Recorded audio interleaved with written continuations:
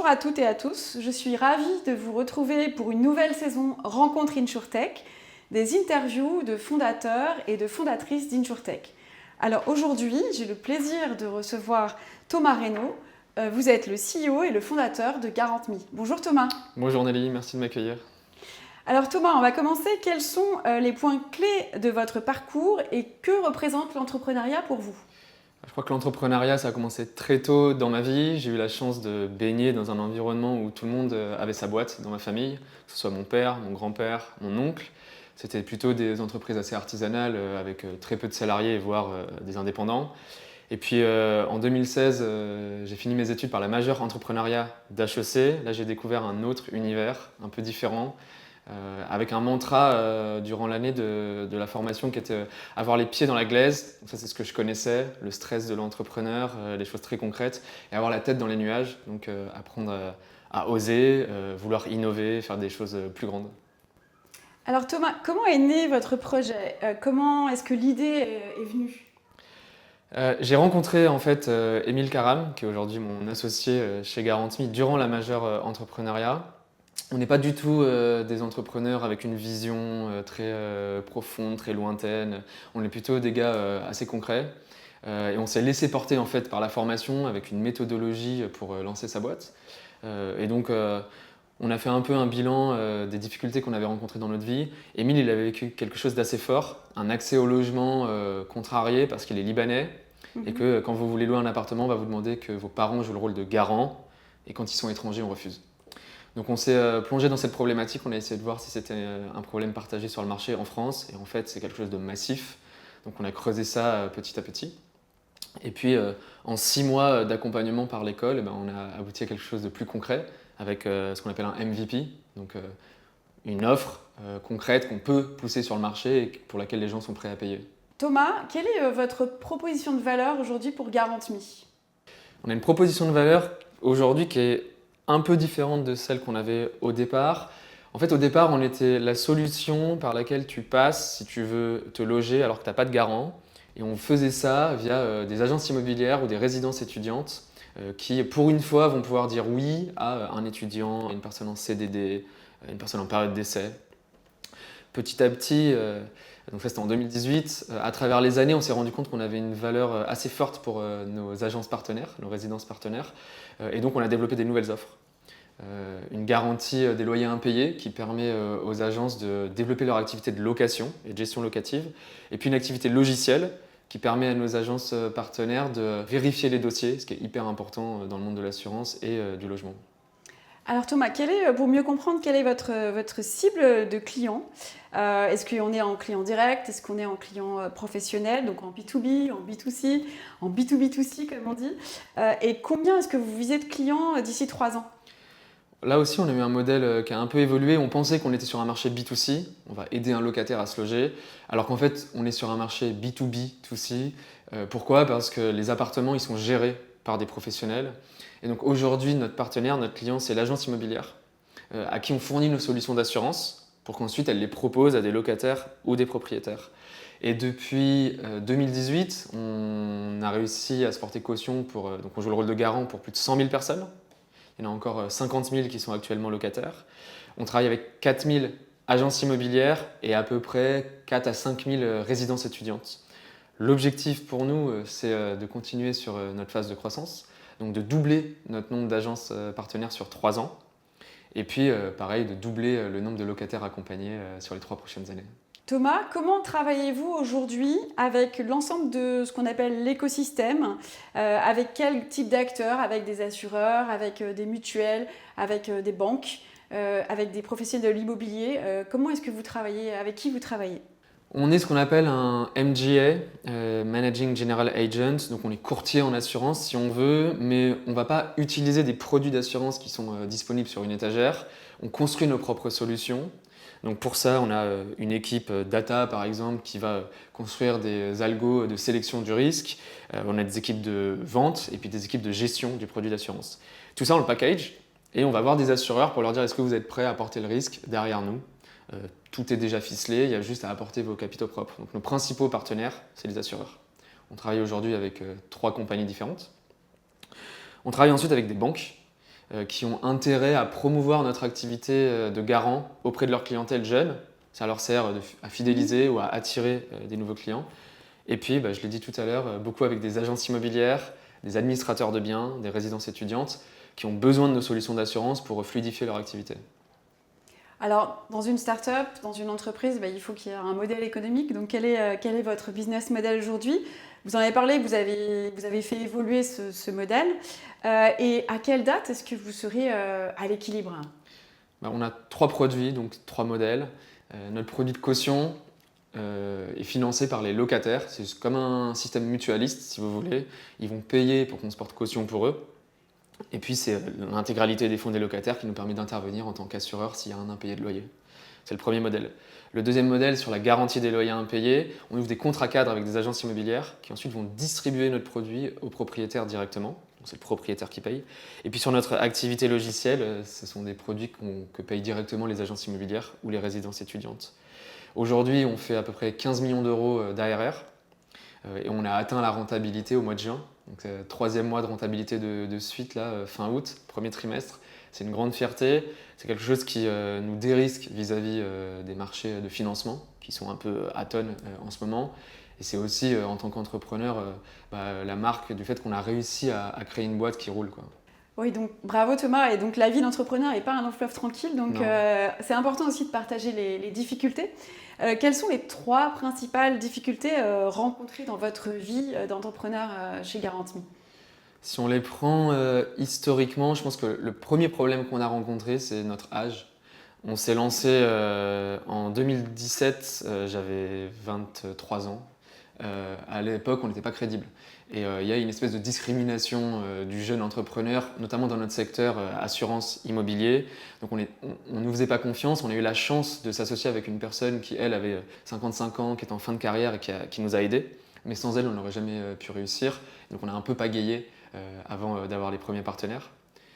La deuxième grosse difficulté, je dirais, c'est 2020, le confinement. On est sur un secteur où on a besoin qu'il y ait de la rotation, qu'il y ait du mouvement, qu'il y ait du déplacement pour avoir de la croissance. 2020, aucun déplacement. Donc on est arrivé au mois d'avril avec quasiment aucun euro de chiffre d'affaires entrant. Et on est dans une phase où on voulait lever des fonds, donc la trésorerie n'était pas pleine. Heureusement qu'il y a eu des aides publiques pour qu'on puisse poursuivre l'activité. Et la troisième grosse difficulté, je trouve, en tant qu'entrepreneur, c'est le recrutement, créer une équipe. D'un côté, c'est la plus grande fierté quand il arrive. De l'autre, il faut déployer des efforts qui sont énormes. T'es pas crédible quand tu lances une boîte. Personne n'a envie de te rejoindre, ta marque employeur elle est faible. Les salaires que tu es capable de payer ne sont pas très élevés. Et puis toi, en tant que jeune entrepreneur, tu n'as pas non plus l'aura ou l'expérience que des personnes cherchent chez un mentor ou un manager. Donc ça a été une grosse difficulté. Aujourd'hui, on est assez fiers de l'équipe qu'on a construite. Thomas, quels sont pour vous les 3 facteurs clés de réussite de Garant.me? Je pense que le premier sujet, c'est l'association. Donc, avoir des associés avec lesquels on est aligné sur les objectifs, les valeurs, la répartition aussi des responsabilités. Je trouve que mon plus gros succès d'entrepreneur, c'est mon associé, Émile. On est très différents, mais je pense que c'est aussi ça qui fait que la boîte marche. Le deuxième facteur de succès, je crois que c'est l'écoute des clients. J'ai beaucoup vu d'entrepreneurs se planter parce qu'ils disaient souvent « moi, ce que je veux faire, c'est ça ». Et à partir du moment où on a une idée fixe, très précise de là où on veut aller et qu'on n'est plus à l'écoute de ce que veulent les clients, on peut se planter. La chance qu'on avait, nous, c'est qu'on n'avait pas des fortes convictions. On était assez naïfs sur le marché et donc on a beaucoup écouté pour prendre les bonnes décisions. Et puis le troisième facteur de succès, c'est la niaque, je pense, enfin, l'envie de réussir, vouloir aller vite, prendre des risques, parce que c'est nécessaire sur un marché où les choses sont très figées par des acteurs historiques, quoi. Et alors la question qui tue, et si c'était à refaire?